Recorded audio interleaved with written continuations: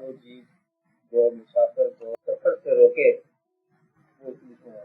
مسافر کام ہے سفر کرنا. اگر آپ نے سفر کیا اگر نہیں وہ اسٹیشن بہت اچھا تھا وہیں ٹھہر گئے. وہ چیز جو آپ کو آپ کے سفر سے روک رہی ہے وہ مسافر کی دشمن ہے. اور اگر آپ نے اس چیز کو تعاون میں لے لیا یہ معاون ہے پھر بڑی بات ہے. مثلا ایک آدمی فرض کر لو غریب ہے, چلو آپ کو سمجھ لیجیے غریب کا امیر لوگ ہیں, فرض کر لو غریب بھی ہوتے ہیں. ایک آدمی غریب ہے وہ کہتا ہے میں نیکی کے سفر پہ جانا ہے اس کے لیے مجھے پیسے کو انتظام چاہیے. اب اس کو جو پیسہ مال ہے کیا ہوگا اللہ کا فضل ہوگا نا کیونکہ نیکی کے سفر اور اس کام کے لیے وہ مال کمائے گا. اگر کماتے مال کی محبت میں گرفتار ہو کے نیک سفر ہی منسوخ کر دے پھر ہم کہیں گے کہ وہ کارخانہ اس کا دشمن نکلا جس کارخانے کو اس نے دوست بنانا چاہا. اولاد کی محبت اور مال کی محبت برائے محبت یہ ایسی دشمنی ہے انسان کی کہ انسان سے جو کے سفر جو ہے یہ چھین لیتا ہے جو منزل کی تمنا نہیں رہتی.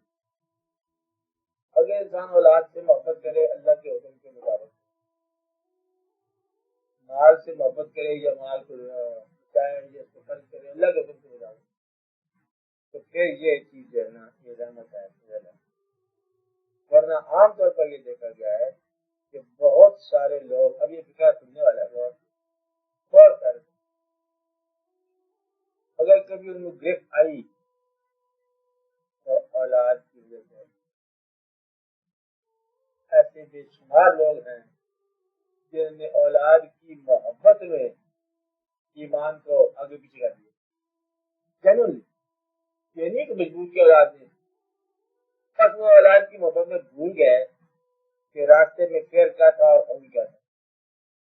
اولاد کی محبت میں اور مال کمانے کے تقاضے میں وہ بھول گئے کہ جائز مال کیا تھا ناجائز مال کیا تھا اور کون سے مال سے کیا چیز کو فائدہ پہنچا اور کس چیز کو نقصان پہنچا. مطلب یہ ہے کہ یہ نیند اور رینٹ کا ہے کھیل. ایسا اگر اچھی چیز ہے جس ذریعے سے کما رہے ہیں آپ, اگر وہ ذریعہ برا ہے تو پیسہ برا ہوگا. آپ پیسے کی برائی آپ نوٹ کر لینا. جس ذریعے سے پیسہ ہو رہا ہے کمائی میں کیا پیسہ نیکی کا نام ہے. آدمی پیسہ نیکی کا نام ہو, پیسہ حج کا نام ہو, پیسہ عمرہ کا نام ہو, پیسہ بے شمار نیکیوں کا نام ہے, جنت کا نام ہے. اگر کمائی کا ذریعہ غلط ہو گیا تو پیسہ غلط ہے. اللہ تعالیٰ نے پیسہ نہ حلال ہے نہ حرام ہے. پیسہ حلال حرام نہیں ہے, اس کو ذریعہ حلال کرتا ہے یہ ذریعہ حرام کرتا ہے. پیسہ بناتے خود سے کوئی حرام نہیں ہے. کوئی مکان برا نہیں ہے, اگر مکین برائی شروع کر دے مکان برا ہو گیا. اگر مکین جو ہے اس میں سجدہ کر لے تو مکان مسجد بن گیا. مکان ان سب سے کوئی چیز نہیں نا. مکان تو اینٹ وغیرہ پتھر ہے, آج اینٹیں اوپر کو جا رہی ہیں, کل کوئی وقت آئے گا اینٹیں پھر زمین کو ہو جائیں گی, پھر وہی ویرانی, پھر خدائی وہی کون سے زمانے کی ہڑپا کی زمانے کی. ہمارے گھر کے 5,000 سال بعد آئے گے, 1000 سال بعد ہی آ سکتا ہے, 100 سال بعد آ سکتا ہے. تب ہم ہڑپا چلائیں گے اپنے دور کا. اچھا میں کیا کہہ رہا تھا کہ پیسہ برا نہیں ہے, کمائی کا ذریعہ صحیح نہ ہو تو کمائی صحیح نہیں ہوتی. اس لیے یہ تمہارے لیے عدو لکم, تمہارا دشمن ہے پیسہ, کیونکہ تم اس کو حاصل کرنے کے لیے اس راستے کو چھوڑ دو گے جسے صراط مستقیم کہتے ہیں. بہت کم لوگ ہیں جو تکلیف برداشت کر سکتے ہیں اور ناجائز پیسہ نہ چھوڑیں, کم لوگ ہیں. عام انسان جو ہے نا اتنی بھائی کا برداشت کو انسان کے پاس کہ وہ ایسا چھوڑ دے. ضرورت جو ہے وہ بہت تیزی سے آیا کرتی ہے. بس ضرورت کا نام ہے آج کل ایمرجنسی, اور پیسہ جو ملے سو ملے. حلال حرام کی قیمت کو نہیں رہ گیا, اس لیے پہلا دشمن ہے. ایک تو وہ ہے پیسے کا, کمائی کا ذریعہ خراب ہو گیا تو کمائی خراب ہو گئی. ذریعہ خراب کیا ہوتا ہے عام طور پر؟ پیسے کی کمائی کے دوران اللہ کے احکامات امر اور نہیں میں سے کسی کو اوپنلی وائلیٹ کیا. یہ کر اللہ نے کہا ہے, یہ نہ کر.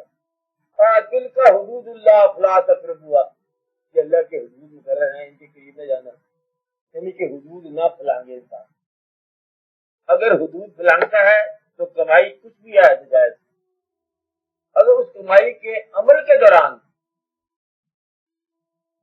آپ کی خاموش جاری ہے رفتار گاڑی پیسہ کمانے کی, اس کے درمیان کوئی معصوم پس جاتا ہے پھر بھی کمائی نہ جائے. اس کمائی کے اندر کسی یتیم کا مال شامل ہو جاتا ہے, یتیم بہت ان کو معافی کے ساتھ ان کی پہلے بات مانگ لی جائے, یتیموں کی عزت کر لی جائے. یتیم کا ڈینجر ہے, اس کے قریب نہ جاؤ. آپ اس کے مال کو اللہ تعالیٰ نے بڑے جذباتی رنگ میں پیش کیا کہ یتیم کا مال ایسے ہے کہ فی بطونہم نار, ان کے پیٹ میں آگ ہے. اب اللہ کہہ رہا ہے آگ, دوزخوں کو بنانے والا کیا وہ گزارنا چاہتا ہے؟ تو مطلب یہ ہے کہ یتیم کے مال کھانے کے اندر اللہ جذباتی ہے. تو اللہ کا مال کھا لو تو میرا خیال ہے اب یہ بات کر رہے ہیں تو فرق نہیں پڑے گا. اللہ کا مال ہے نا, بندے نے کھا لیا پھر دے دیں گے واپس. یتیم کا مال نہ کھانا یہ ڈینجر ہے, بیمار ہے. اچھا, کمائی کے دوران وجود کی حدود کی قیود توڑ دی تو تباہ ہو گیا. آپ ایسے میں رہنا, یہ نہیں توڑنا, حدود کو نہیں توڑنا. کمائی کے دوران یتیم کی کمائی شامل نہیں کرنی. یتیم کو تو کاروبار میں شامل نہ کرو, اپنا انعام سے لے. اور کسی معصوم کو آزردہ نہیں کرنا کمائی کے دوران. یہ تو ہوگی کمائی کے طریقوں کے اندر کمائی کا نجائز ہونا. پھر ایک اور طریقے سے نجائز ہوتی ہے, کمانے کے بعد اگر استعمال یہودیوں والا ہو گیا تو پھر کمائی نجائز ہوگی. کمائی ٹھیک ہوگی, اس کی جائز ہے یا نجائز ہے چھوڑ دو, کمائی ہوگی. اس مال کے ساتھ جو کمایا اس نے, اگر وہ اللہ کے راہ کے خلاف کام اس نے انویسٹمنٹ کر دیا پیسے کو, بات ہے. پیسے کے ساتھ اس نے ایک ایسی محفل مرصع کی جس محفل کے اندر اجتماعی طور پر لوگوں کے ایمان کو خطرہ تھا.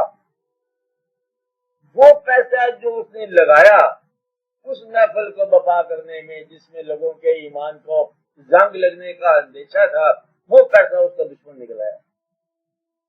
پیسہ کمائی سے بھی حرام ہوتا ہے اور استعمال سے بھی حرام ہوتا ہے. آپ غور کریں, پیسہ اگر آپ کو بخیل بنا دے, پیسہ کمانے کے بعد آپ پیسہ جمع ہی کر لو اور جمع معلوم وزدہ گنتے جاؤ اور جمع کرتے جاؤ, اور آپ وکیلوں میں شامل ہو جاؤ, دوسرے میں شامل ہو جاؤ, تو یہ کمائی حرام ہے. جس آدمی کا ماں زندہ ہو, ماں زندہ ہو اور باپ زندہ ہو, اس کے پاس پیسے کی کمائی کے جمع کرنے کا منصوبہ پھیل ہی ہوتا ہے اگر وہ حساس ہے تو. مقصد یہ ہے کہ حساس آدمی اتنی بڑی طاقتوں کی موجودگی میں جمع کرنا افورڈ نہیں کر سکتا. میں اللہ کی بات نہیں کی ہے, اللہ کو میں ترجمہ کر دیا ماں باپ, ورنہ اللہ جس کا اللہ قریب ہو اس کی لگتا ہے جمع کرنے کا کام ہی نہیں ہوتا.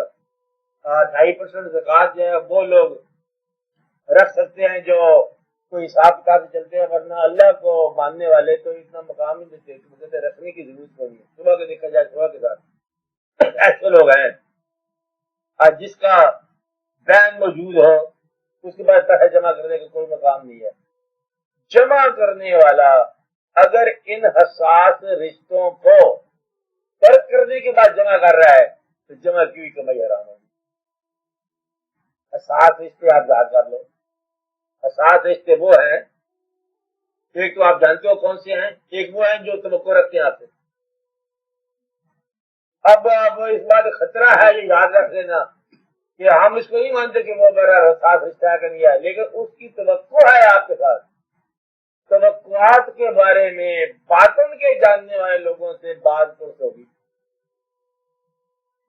ظاہر کے لوگوں سے ظاہر سوال کے بارے میں پوچھا جائے گا.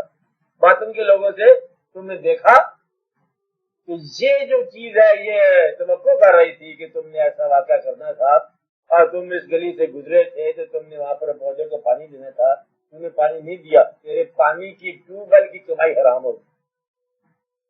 ایک پودا انتظار کر رہا تھا، خاطر نہیں ہے کمائی حرام ہوگی.